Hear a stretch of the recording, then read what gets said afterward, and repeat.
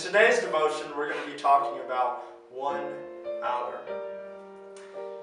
In our scripture, we're going to take from Mark 14:37, and it says, "And he cometh and findeth them sleeping, and saith unto Peter, Simon, sleepest thou? Couldest not thou watch 1 hour?" And here, Jesus was in the garden and he was praying, and he went back and found his disciples that they could not tarry with him 1 hour. They kept falling asleep because of how weary they were. And today I want to really point out the 1 hour prayer that God is seeking for you to give Him. And so many more give more hours to Him. And there's some that perhaps spread it out throughout the day. I think it was Smith Wigglesworth who says, I never pray over 15 minutes, but I never go 15 minutes without praying.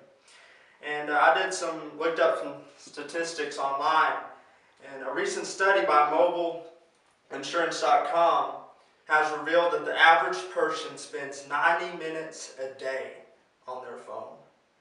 That figure may not sound like a lot, but it adds up to 23 days a year.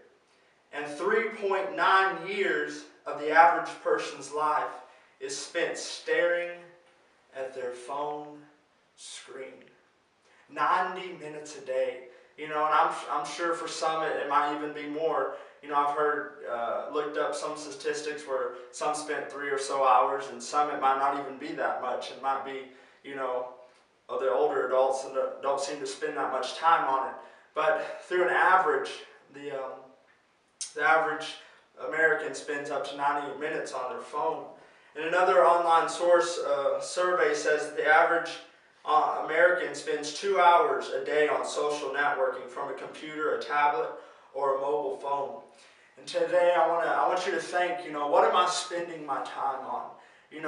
Whatever time you're watching this devotion, whether this is in the morning or the evening, have you given an hour to God today? Have you given Him the amount of time that you spend on your phone, whether talking, texting? Have you given Him the amount of time that you spend on social networking?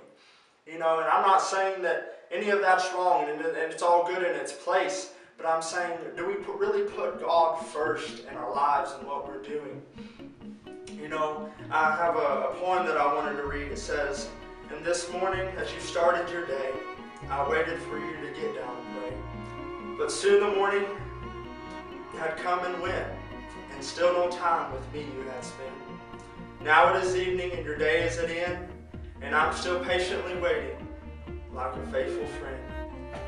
But now the night is falling and you're getting into bed, and once again you went a day without even bowing your head." In the Christian life, the devil wants to keep everybody so busy. He wants to keep everybody wrapped up in different things, and that's not even a sin. That's not even wrong. It comes at you and you're like, well, this isn't wrong. My phone isn't wrong, and it's not. But if it's coming before God and you're taking more time for everything else but no time for God, God is saying, I've waited for you all day. I've waited for you to spend time with me, to pray with me, to talk to me, just to see how, I wanted you to do everything. And God's seeking for that time to be spent with you. But where are you putting your time? Today, if you haven't already spent time in prayer, or even if you have, I encourage you to even spend some more time. Find a closet somewhere and get away with God and really get in that relationship. Come to a point where you're talking, where you're fellowshipping, communing,